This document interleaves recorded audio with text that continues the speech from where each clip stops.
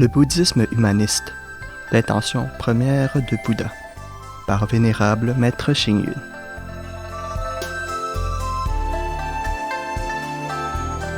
Le Vénérable Tashi m'a dit un jour que si l'on lui offrait de l'argent pour acheter des fruits, il notait sur l'enveloppe rouge « fruits ». Si c'était pour acheter du thé, alors il écrivait « thé », car il ne voulait pas mélanger les causes et les effets. Ainsi, l'argent que l'on donne pour bâtir des pagodes ne peut servir que pour bâtir les pagodes. On ne peut l'utiliser pour acheter des biens immobiliers ou faire du commerce. L'argent pour les statues de Bouddha ne peut être utilisé pour construire les écoles, car le pont est le pont et la route est la route, et il ne faut pas les confondre. Dans le développement des œuvres caritatives, il faut être loyal et vertueux et se conformer à la loi de la causalité. Ce que le bouddhisme humaniste préconise comme bonne action, c'est de faire réapparaître aujourd'hui dans le monde des hommes les pratiques de Bouddha dans le passé, c'est-à-dire réaliser le dana de sans crainte et sans apparence. Comme disait le vénérable Chihang, la vie du bouddhiste se manifeste en 3 types d'activités, culturelles, éducatives et caritatives. En réalité, hormis ces 3 types d'activités, reste la véritable, qui est de se conformer aux conceptions bouddhistes, comme les 4 samgraha, les 6 paramitas et les 35 doctrines menant à l'éveil. La charité du bouddhisme humaniste consiste à porter secours en cas d'urgence et non à subventionner la pauvreté. C'est promouvoir le dharma pour apaiser le cœur de l'homme et non lui fournir uniquement des biens matériels. C'est pourquoi la véritable charité a une compréhension et un esprit très profond. Car les aides matérielles sont temporaires, alors que le dharma peut aider toute une vie et même des vies futures. L'acte de charité comporte aussi l'encouragement à l'interdiction de tuer et à la protection de la vie. C'est ainsi que le laïc Lu Pichen a voyagé à travers les pays occidentaux pour proclamer le concept de la protection de la vie.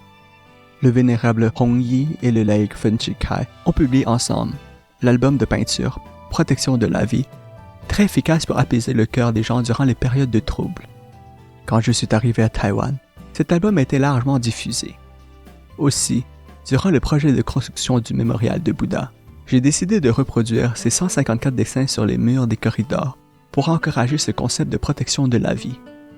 Le bouddhisme humaniste considère la recherche du bien-être de la société et l'assistance de tous les êtres comme un devoir professionnel. En effet, dans le passé où n'existait pas encore la notion de protection de l'environnement, le bouddhisme préconisait déjà le droit à la vie, à l'époque du droit impérial et du droit civil. Pour parler du droit à la vie, il est préférable de remplacer le concept « relâcher les vies » par celui de « protéger les vies ». En effet, relâcher les vies est apparemment un acte de bienveillante compassion. On peut penser que c'est aimer et protéger les animaux et vouloir préserver la nature. Mais il ne faut pas nourrir d'idées fausses.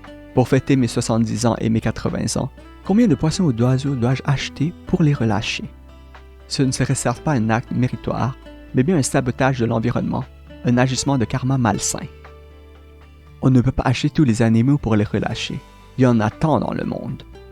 C'est avec un cœur bienveillant et compatissant que l'on peut aider et secourir tous les êtres. J'espère que, dorénavant, les vendeurs taïwanais d'animaux à relâcher se conformeront à l'esprit bouddhiste et recommandent d'éviter des mauvaises actions et effectuer des bonnes.